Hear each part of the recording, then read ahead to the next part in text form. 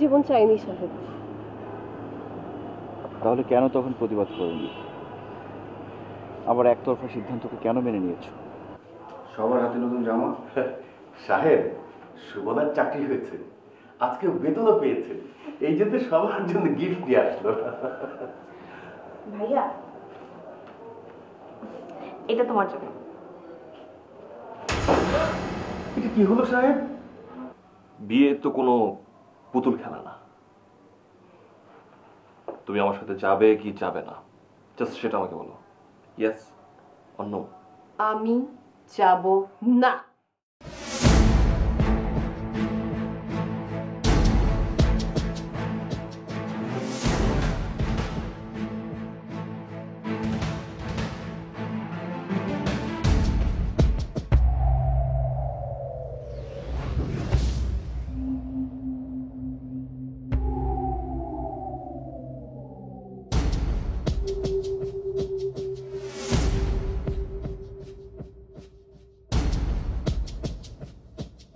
I am clear.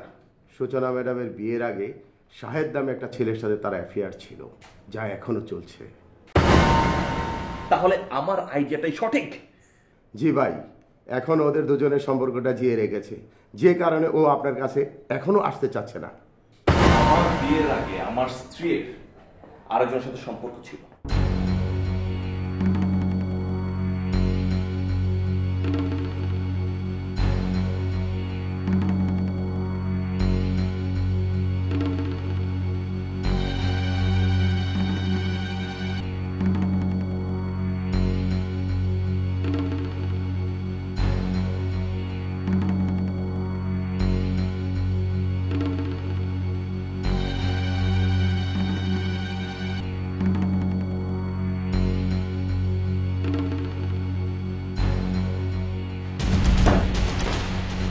আমি এর শেষ দেখতে চাই।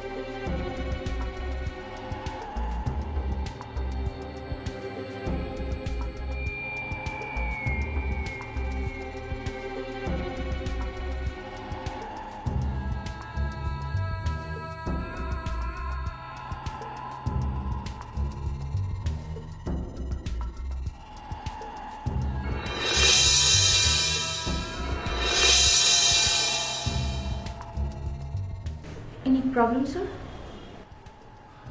অপারেশনের আপডেট কি বলো? স্যার, আমরা তো পয়েন্ট অনুযায়ী এগিয়েছিলাম, কিন্তু দাউদের লোকজনের জন্য সাকসেস হতে পারেনি। মিস নদী, এই বিষয়ে আমাদের প্ল্যানিং এ কি কোনো ঘাপলা ছিল? সবই তো ঠিক ছিল বস। আমার মনে হয় আমাদের গ্রুপ থেকে কেউ তথ্য পাচার করছে। হোয়াট? আমাদের গ্রুপ থেকে তথ্য পাচার করছে? খুঁজে বের করুন কে সে, এন্ড আই উইল কিল হিম। ওকে বস, আপনি আপডেট এর মধ্যে পেয়ে যাবেন।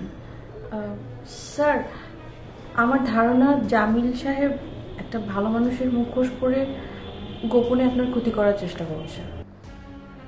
ইউ আর রাইট,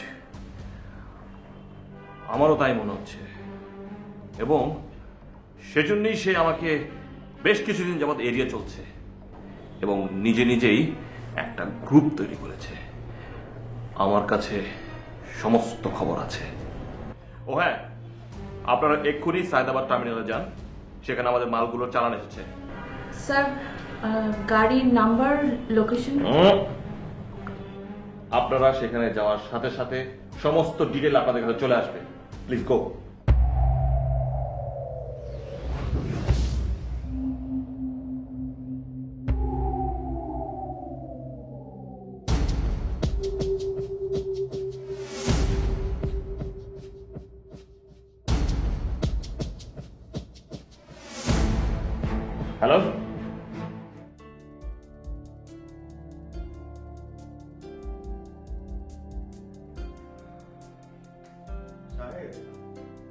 শোন, তোর সাথে একটু কথা আছে বাবা। আমার কোচিংয়ে যাওয়ার সময় হয়ে গেছে। দেখ বাবা, তুই তো বাড়ির বড় ছেলে, কিন্তু ছোটরা যে খেয়ে কি করে বেড়াচ্ছে তুই তো খেয়ালও করিস না। জনিটা যেন দিন দিন কেমন হয়ে যাচ্ছে, পড়াশোনা করে না, কলেজে যায় না, কোথায় কি করে কিছুই বুঝি না। বাবা, আমার খেয়াল আছে, আমি নজর রাখি। কত কষ্ট করে জনির ফর্ম ফিল আপের টাকা জোগাড় করেছি তুমি জানো? সেই টাকা কলেজে জমা না দিয়ে নেশা করে টাকা উড়িয়েছে। বাবা, জনি যে নেশাগ্রস্ত হয়ে গেছে এটা আর আমার বুঝতে বাকি নেই। সে প্রায়ই ঘরের এটা ওটা চুরি করে, টাকাও চুরি করে। আজ ঘরে টাকা চুরি করেছে, কাল বাইরে করবে, এর শেষ কোথায় রে? বাবা, সুমনা যে চাকরির কথা বলে রাত বিরাতে বাইরে থাকে, কখনো জিজ্ঞেস করেছো কোথায় যায়, কি করে? আমরা তো সারাক্ষণ ঘরে থাকি, কোথায় যায় কি করে কি করে জানবো বাবা? বাবা, সুমনা একটা ভয়ঙ্কর চক্রের সাথে জড়িয়ে গেছে, তার ফলাফল খুবই খারাপ হবে। যে কোনো সময় একটা বিপদ ঘটতে পারে। আমি বুঝতে পারছি বাবা, তুই তুই একটু ওদেরকে বুঝিয়ে শুনিয়ে এই পথ থেকে ফিরিয়ে আন, না হলে তো মান সম্মান বলে আর কিছুই থাকবে না। ঠিক আছে, আমি চেষ্টা করে দেখি, তবে তোমরাও চোখ কান খোলা রেখো।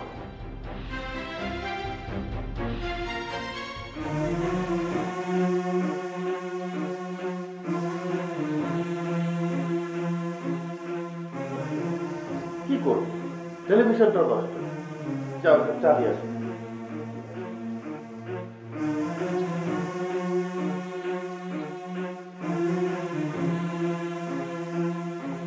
দেখো বাবা জসিম, তোমার আব্বা মারা যাওয়ার পর আমি খুব একা হয়ে গেছি, খুব অসহায় লাগে নিজেকে। বাবাও তো আপনাকে অনেক ভালোবাসতেন, যে কোনো কাজে আপনার পরামর্শ ছাড়া এক পাও এগুতেন না। তো আঙ্কেল, আজ আমাকে কি জন্য ডেকেছেন সেটা বলেন। সূচনার বিয়ে দিয়ে আমি খুব বিপদে আছি। বিয়ের পরদিন থেকেই মেয়েটা তার স্বামীকে মেনে নিতে পারছে না, এদিকে তার স্বামী আমাকে টেলিফোনে হুমকি ধামকি দিচ্ছে। কি যে করি কিছুই বুঝে উঠতে পারছি না। আঙ্কেল, আপনি একজন বুদ্ধিমান মানুষ হয়ে নিজের মেয়েকে এরকম সন্ত্রাসীর কাছে কি করে বিয়ে দিলেন? ওই ঘটকের কথার মার পেছে পড়ে আমি কেমন যেন বিয়েটা দিয়ে ফেললাম। কিন্তু এটাই আমার জীবনের সব থেকে বড় ভুল। যা হবার তা তো হয়েই গেছে, এখন মেয়ে যেতে না চাইলে ডিভোর্স দিয়ে ঝামেলাটা মিটিয়ে ফেলাই ভালো, তা না হলে ঝামেলা আরো দিন দিন বাড়বে। ঠিকই বলেছে জসিম। দেখো, মেয়েটার অমতে আমি আর কিচ্ছু করব না। আমি ওকে শ্বশুরবাড়ি যাওয়ার জন্য জোর করব না, আর ওই স্বামীকে ও মেনে নিতে পারবে না। আঙ্কেল, শান্ত হন আপনি, সব প্রিপারেশন নিন, আমি আপনার পাশে আছি। আচ্ছা, আমাকে যে ওই ছেলেটা এই ফোনে হুমকি দিচ্ছে, এই ব্যাপারে থানায় একটা জিডি করব? না না আঙ্কেল, জিডি করা মনে হয় উচিত হবে না, কারণ তাতে লোকজন জানাজানি হবে, আপনার একটা মানিজ্যতের ব্যাপার আছে না। আমরা বরং অন্য কোনো পন্থা অবলম্বন করি।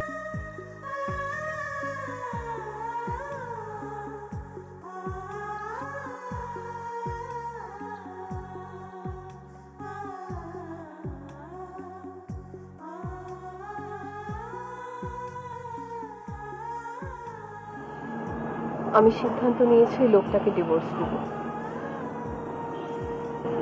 আর পারছি না। কেন? খোঁজ নিয়ে জানতে পেরেছি ও সন্ত্রাসীদের গডফাদার। আমার আগে থেকে সন্দেহ হয়েছিল। কি বলো? এরকম জঘন্য একটা লোকের সাথে আঙ্কেল তোমাকে বিয়ে দিলেন? না, বাবার কোনো দোষ নেই। বাবার এক বন্ধু চালাকি করে বাবাকে বিয়েতে রাজি করিয়েছিল। জানো, ওই লোকটা এখন আমাকে আর বাবাকে নানা রকম ভয় ভীতি দেখাচ্ছে। তাহলে দেরি করছো কেন? আইনের আশ্রয় নাও। হ্যাঁ, কিন্তু তার আগে বলো, তুমি কি আমাকে আমাকে আবার আগের মতো আপন করে নিতে পারবে? আপন মানুষ কখনো পর হয় না, হয়তোবা স্বার্থের কারণে ক্ষণিকের দূরত্ব সৃষ্টি হয়। শাহেদ, আমি আবার নতুন করে বাঁচতে চাই। তুমি কি পারবে আমার আলোর দিশারি হতে? তুমি পারবে আমার ওই সোনালি দিনগুলো আবার ফিরিয়ে দিতে? আমি এখনো নিজেকে গুছিয়ে উঠতে পারি না, সংসারের বেড়া জালে আটকে পড়ে আছি। হ্যাঁ, তুমি সংসারের দায়িত্ব পালন করছো, বেশ ভালো, কিন্তু তাই বলে নিজের সব স্বাদ আহ্লাদকে বিসর্জন দিয়ে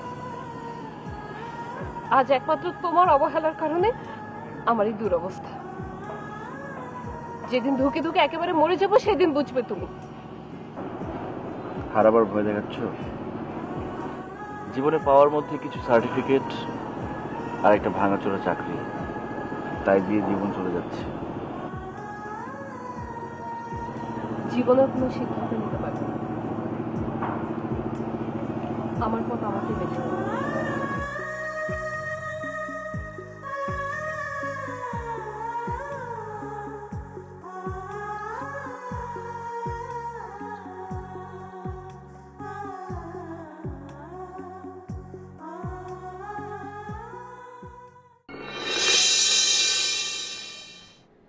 মা, মা, এই মা, কই তুমি? তাড়াতাড়ি আসো। আমার টাকা লাগবে, টাকা দাও। আমার কাছে কোনো টাকা নাই। টাকা দাও, নইলে আমি বাইরে যাবো। টাকা নিয়ে তুই কি করবি? কি করবে? তো দিব। কি করবে সেটা তোমার দরকার আছে? তুমি টাকা দাও, আমাকে টাকা দাও, টাকা দাও, টাকা দাও। কি টাকা দাও, আমাকে টাকা দাও।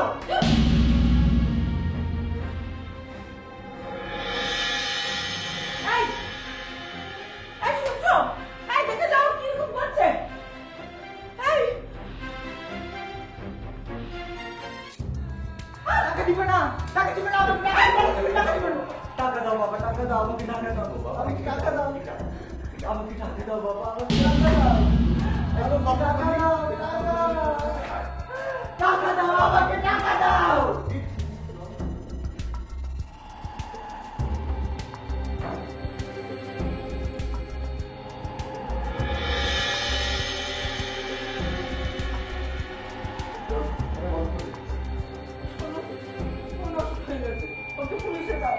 আরে ও প্রাগাতিক হয়ে গেছে, ওকে নিরাপদে দিতে হবে।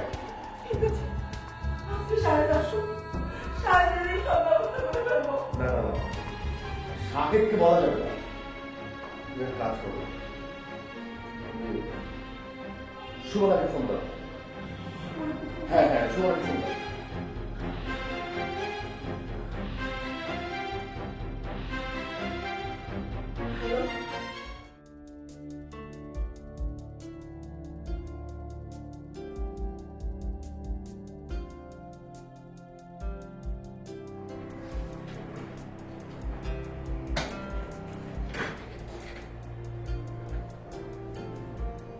কি হিরো, মন খারাপ কেন?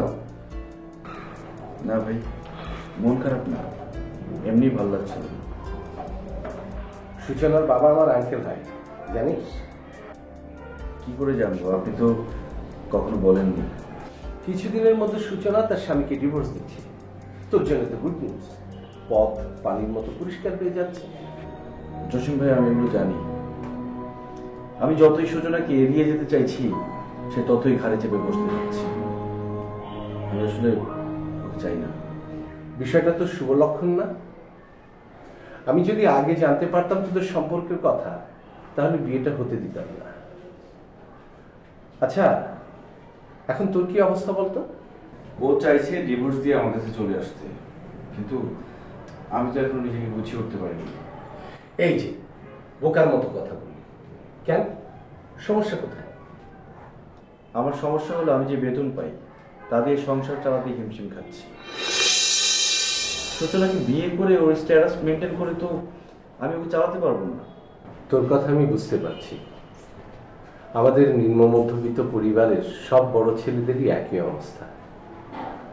সংসারের দুঃখ কষ্ট ঘোচাতে নিজের সব স্বাদ আহ্লাদ বিসর্জন দিতে হয়। যদি একটা সরকারি চাকরি হতো তাহলেও তো অন্তত ভরসা পেতাম। চিন্তা করিস না, আঙ্কেলকে বলে বড় অঙ্কের টাকা পয়সা নিয়ে তোকে একটা ব্যবসা বাণিজ্য ধরিয়ে দিবে। ভাই আমি নিজের পায়ে দাঁড়াতে চাই, কারো সাহায্য নিয়ে বড় হতে চাই না। ঠিক আছে, দেখি তোর জন্য কিছু করতে পারি কিনা। যা, এখন ক্লাসে যা। জি।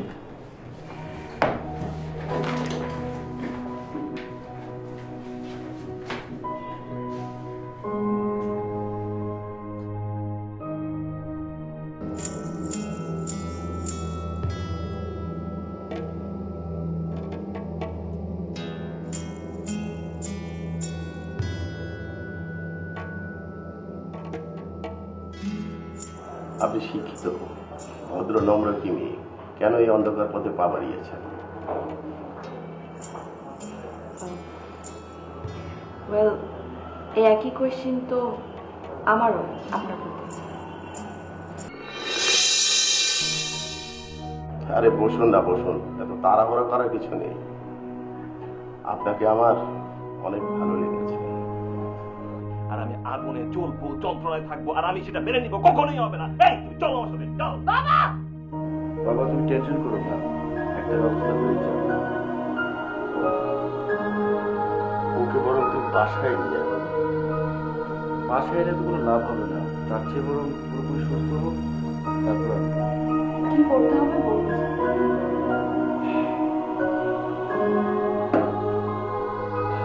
আমার স্ত্রীর সাবেক প্রেমিক, যার কারণে আমাদের